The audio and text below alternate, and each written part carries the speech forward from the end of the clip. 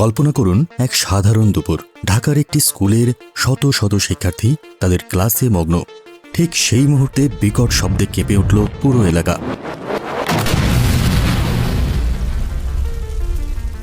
কেউ কিছু বুঝে ওঠার আগেই বাংলাদেশ বিমান বাহিনীর একটি F-7 BGI যুদ্ধবিমান আগুনের গোলা হয়ে আছড়ে পড়ল স্কুলটির ওপর। মুহূর্তের মধ্যে আনন্দমুখর পরিবেশ পরিণত হল এক বিভীষিকাময় ধ্বংসস্তূপে। এটি কোনো সিনেমার দৃশ্য নয়, এটি এক মর্মান্তিক বাস্তবতা যা কেড়ে নিয়েছে বহু তাজা প্রাণ। কিন্তু কেন ঘটল এই ভয়াবহ দুর্ঘটনা? একজন পাইলটের প্রথম একক মিশন কিভাবে তার শেষ যাত্রায় পরিণত হলো? এটি কি শুধুই একটি দুর্ঘটনা, নাকি এর পেছনে লুকিয়ে আছে আরও গভীর কোনো সংকট? ভয়েস অফ বাংলাদেশের আজকের পর্বে আমরা সেই মর্মান্তিক দুর্ঘটনার গভীরে যাব। আমরা জানব কিভাবে একটি আধুনিক যুদ্ধবিমান নিয়ন্ত্রণের বাইরে চলে গেল, কেন পাইলটের শেষ মুহূর্তের প্রচেষ্টা ব্যর্থ হলো, এবং এই ঘটনার জন্য আমাদের বিমান বাহিনীর নিরাপত্তা ব্যবস্থা কি কঠিন প্রশ্নের সম্মুখীন হয়। তো চলুন আর দেরি না করে শুরু করা যাক।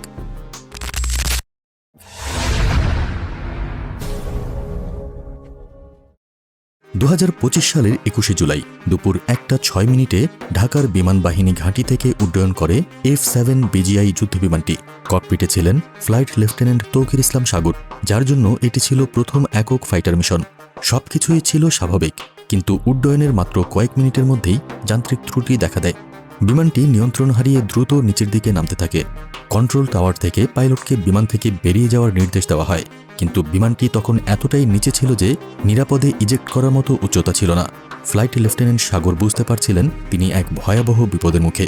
তিনি তার জীবনের শেষ মুহূর্ত পর্যন্ত লড়াই করেছিলেন জনবহুল এলাকা থেকে বিমানটিকে একটি খোলা মাঠের দিকে সরিয়ে নেওয়ার জন্য। কিন্তু সময় এবং উচ্চতা দুটোই ছিল তার বিরুদ্ধে।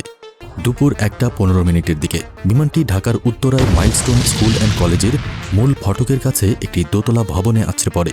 ক্লাস চলাকালীন শত শত শিক্ষার্থী তখন ভেতরে ছিল। বিকট বিস্ফোরণে কেঁপে ওঠে পুরো এলাকা, আর আকাশে ছড়িয়ে পড়ে ঘন কালো ধোঁয়া। এই দুর্ঘটনায় পাইলট সহ 27 জন প্রাণ হারান এবং আহত হন 170 জনেরও বেশি, যাদের অনেকেই ছিল নিষ্পাপ শিশু। কিন্তু F-7 মতো একটি পরীক্ষিত যুদ্ধবিমানে কেন এই ধরনের বিপর্যয় ঘটল? F-7 মূলত সোভিয়েত আমলের কিংবদন্তি MiG-21 চীনা সংস্করণ। বাংলাদেশ বিমান বাহিনীতে এটি বহু বছর ধরে বিশ্বস্ততার সাথে কাজ করছে, কিন্তু সময়ের সাথে সাথে এমনকি সবচেয়ে শক্তিশালী যন্ত্রেও ক্লান্তি আসে।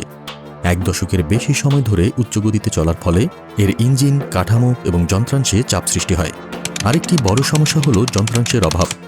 এই মডেলটির উৎপাদন 2013 সালে বন্ধ হয়ে যাওয়ার পর থেকে নতুন এবং উন্নতমানের যন্ত্রাংশ পাওয়া কঠিন হয়ে পড়েছে। রক্ষণাবেক্ষণের জন্য প্রায়শই সংস্কার করা বা সেকেন্ড হ্যান্ড যন্ত্রাংশের উপর নির্ভর করতে হয়, যা বিমানের নির্ভরযোগ্যতা এবং নিরাপত্তাকে প্রশ্নের মুখে ফেলে দেয়। দুঃখজনকভাবে এটি প্রথম F-7 দুর্ঘটনা নয়। বিগত বছরগুলোতেও যান্ত্রিক ত্রুটির কারণে বেশ কয়েকটি F-7 বিমান দুর্ঘটনার শিকার হয়েছে, যা একটি উদ্বেগজনক প্যাটার্নের দিকে ইঙ্গিত করে। এই সংকট শুধু বাংলাদেশের নয়, এটি একটি বৈশ্বিক বাস্তবতা।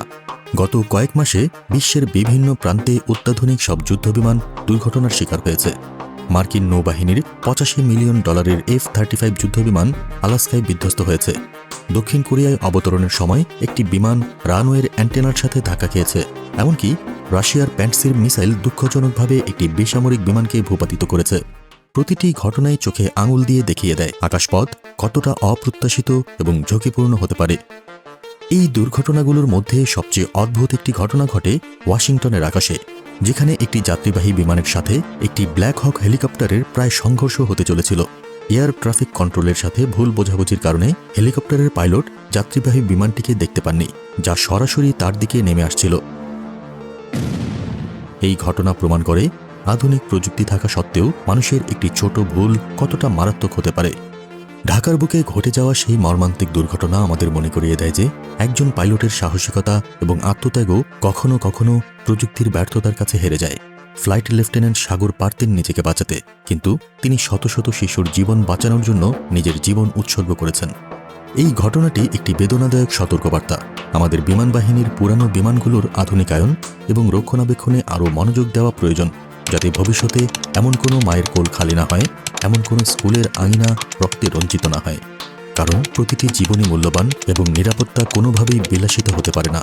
এটি একটি অপরিহার্য প্রয়োজন।